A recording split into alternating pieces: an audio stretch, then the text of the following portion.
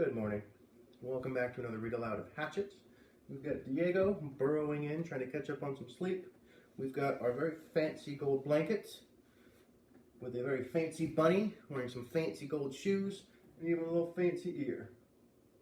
We got our Hamilton mug, which has got a couple of songs stuck in my head again. Every time I think about it, I start singing the songs and I can't get them out of my head, which I like. Alright, so, does Brian actually harness his fire to keep him safe and warm? Chapter 10. He could not at first leave the fire. It was so precious to him, so close and sweet a thing, the yellow and red flames brightening the dark interior of the shelter, the happy crackle of the dry wood as it burned, that he could not leave it. He went to the trees and brought in as many dead limbs as he could chop off and carry, and when he had a large pile of them, he sat near the fire, though it was getting into the warm middle part of the day, and he was hot. And he broke them into small pieces and continued to feed the fire. "I will not let you go out," he said to himself, to the flames, "not ever." And so he sat through a long part of the day, keeping the flames even, eating from his stock of raspberries, leaving to drink from the lake when he was thirsty. In the afternoon, toward the evening, with his face smoke-smeared and his skin red from the heat, he finally began to think ahead what he needed to do. He would need a large wood pile to get through the night. It would be almost impossible to find wood in the dark, so he had to have it all cut and stacked before the sun went down. Brian made certain that the fire was banked with new wood. Then he went out of the shelter and searched for a good fuel supply. Up the hill from the campsite, the same windstorm had left him a place to land the plane that had only been 3 or 4 days ago, had dropped 3 large white pines across each other. They were dead now, dry and filled with weathered, dry, dead limbs, enough for many days. He chopped and broke and carried wood back to the camp, stacking the pieces under the overhang until he had what he thought would be an enormous pile, as high as his head and 6 feet across the base. Between trips, he added small pieces to the fire to keep it going, and on one of the trips to get wood, he noticed an added advantage of the fire. When he was in the shade of the trees breaking limbs, the mosquitoes swarmed on him as usual, but when he came to the fire or just near the shelter where the smoke eddied and swirled, the insects were gone. It was a wonderful discovery. The mosquitoes had nearly driven him mad, and the thought of being rid of them lifted his spirits even higher. On another trip, he looked back and saw the smoke curling up through the trees and realized for the first time that he now had the means to make a signal. He could carry a burning stick and build a signal and perhaps attract attention, which meant more wood. And still, more wood. There did not seem to be an end to the wood that he would need, and he spent all the rest of the afternoon into dusk making wood trips. At dark, he settled in again for the night, next to the fire with a stack of short pieces ready to put on, and he ate the rest of the raspberries. During all the work of the day, his leg had loosened, but it still ached a bit, and he rubbed it and watched the fire and thought for the first time since the crash that he might be getting a handle on things. He might be starting to do something other than just sit. He was out of food, but he could look tomorrow, and he could build a signal fire tomorrow and get more wood tomorrow. The fire cut the night coolness and settled him back into sleep, thinking of tomorrow. And there's a pause here. It is truly amazing how important a fire is in a survival situation. Not only does it provide a lot of advantages, as Brian is explaining, but it's also really good for your morale. It keeps your spirits high and it keeps you wanting to move forward, which is what you have to do in a survival situation. He slept hard and wasn't sure what awakened him, but his eyes came open and he stared into the darkness. The fire had burned down and looked out, but he stirred a piece of wood and found a bed of coals still glowing hot and red. With small pieces of wood and careful blowing, he soon had a blaze going again. It had been close. He had to be sure to try and sleep in short intervals so he could keep the fire going. And he tried to think of a way to regulate his sleep, but it made him sleepy to think about it, and he was just going under again when he heard the sound outside. It was not unlike the sound of the porcupine, something slithering and being dragged across the sand, but when he looked out the door opening, it was too dark to see anything. Whatever it was stopped making that sound in a few moments, and he thought he heard something sloshing into the water at the shoreline. But he had fire now and plenty of wood, so he wasn't worried as he had been the night before. He dozed and slept for a time, awakened again just at dawn graylight, and added wood to the still smoking fire before standing outside and stretching. Standing with his arms stretched over his head and the tight knot of hunger in his stomach, he looked toward the lake and saw the tracks.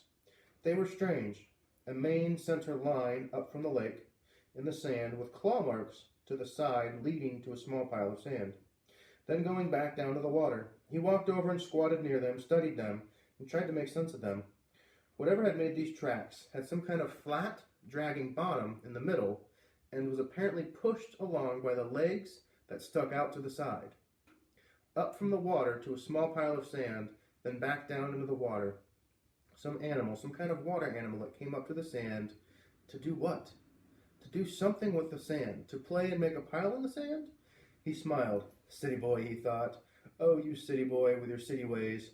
He made a mirror in his mind, a mirror of himself, and saw how he must look. A city boy with your city ways, sitting in the sand, trying to read the tracks and not knowing and not understanding. Why would anything wild come up from the water to play in the sand? Not that way. Animals weren't that way. They didn't waste time that way. It had come up from the water for a reason, a good reason, and he must try to understand the reason. He must change to fully understand the reason himself, or he would not make it. It had come up from the water for a reason, and the reason, he thought, squatting, the reason had to do with the pile of sand. He brushed the top off gently with his hand, but found only damp sand. Still, there must be a reason, and he carefully kept scraping and digging until about 4 inches down he suddenly came into a small chamber in the cool, damp sand, and there lay eggs, many eggs, almost perfectly round eggs the size of table tennis balls, ping pong balls, I think. And he laughed. Then, because he knew. It had been a turtle.